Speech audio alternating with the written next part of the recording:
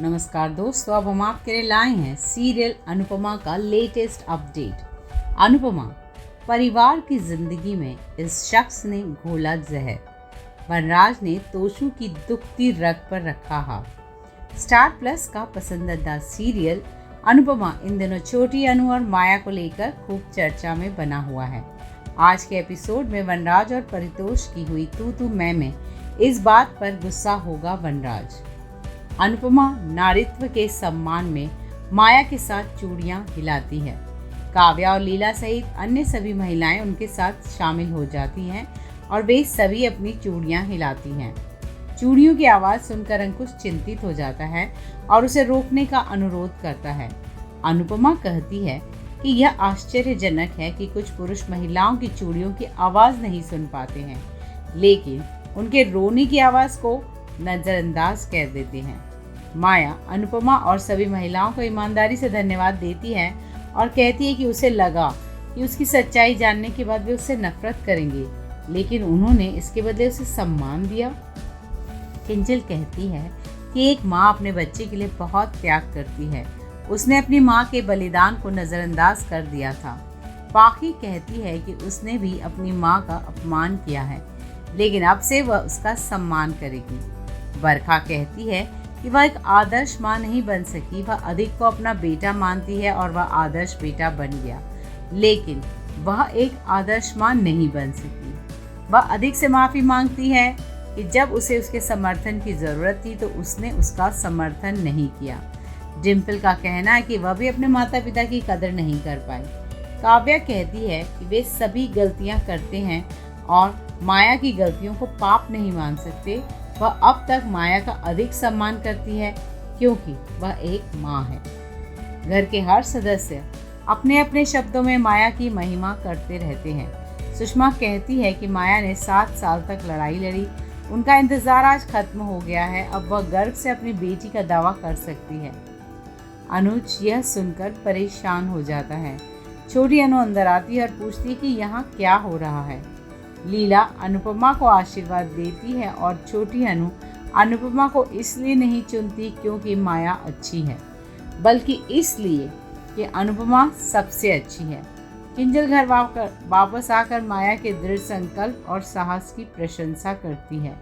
तोशु कहता है कि माया ने इतना कष्ट सहकर भी अपनी बेटी के लिए इतना पैसा कमाया, वह भी परी के लिए ढेर सारा पैसा कमाएगा और उसके लिए खुशियाँ खरीदेगा। किंजल का कहना है कि वह पैसे से सम्मान प्राप्त कर सकती है, खुशी नहीं।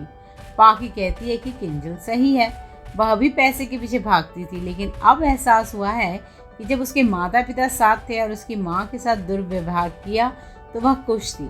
अनुज अनुपमा से कहता है कि उसने माया को समझने की गलती की और उसे एहसास हुआ है कि वह छोटी अनु की जैविक माँ है, लेकिन वह लड़ना जारी रखेगा और छोटी अनु को अपने से दूर नहीं जाने देगा।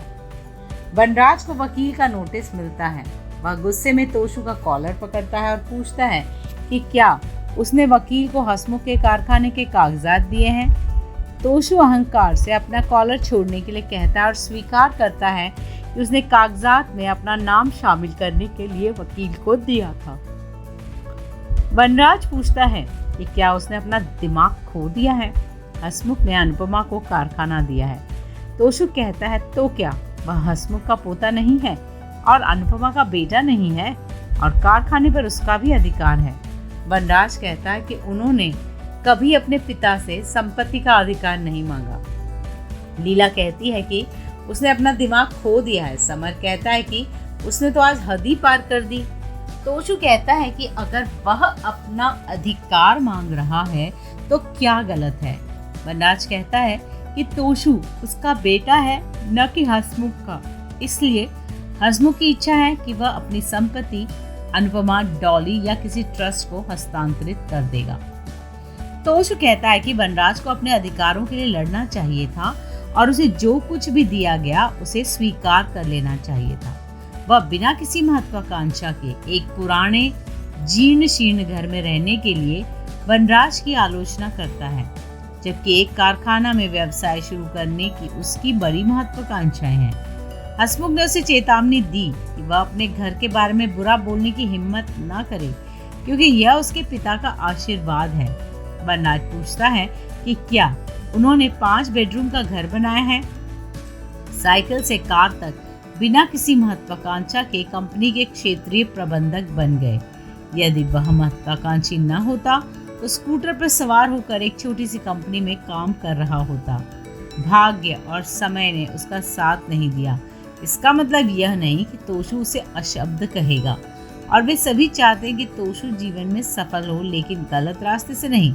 उसे पहले एक अच्छा इंसान बनना चाहिए और पहले अपना रवैया बदलना चाहिए, और कभी भी हंसमुख के कारखाने पर नज़र नहीं रखनी चाहिए। बेफिक्र तोशु कहता है कि वनराज बढ़ना नहीं चाहता है और उसे बढ़ने नहीं दे रहा है।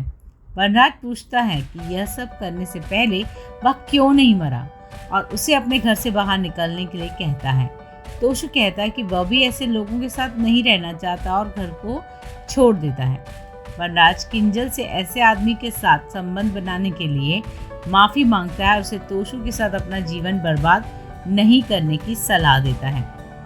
अनुपमा छोटी अनु को दुलारती है और उसे सुलाती है। माया उसे भूल जाने के लिए कहती है कि उसने पहले क्या कहा था, और कहती है कि अनुपमा के 3 बच्चे, माता पिता और एक प्यार करने वाला पति है, लेकिन उसके पास छोटी अनु के अलावा कोई और नहीं है और वह उसके बिना नहीं रह सकती।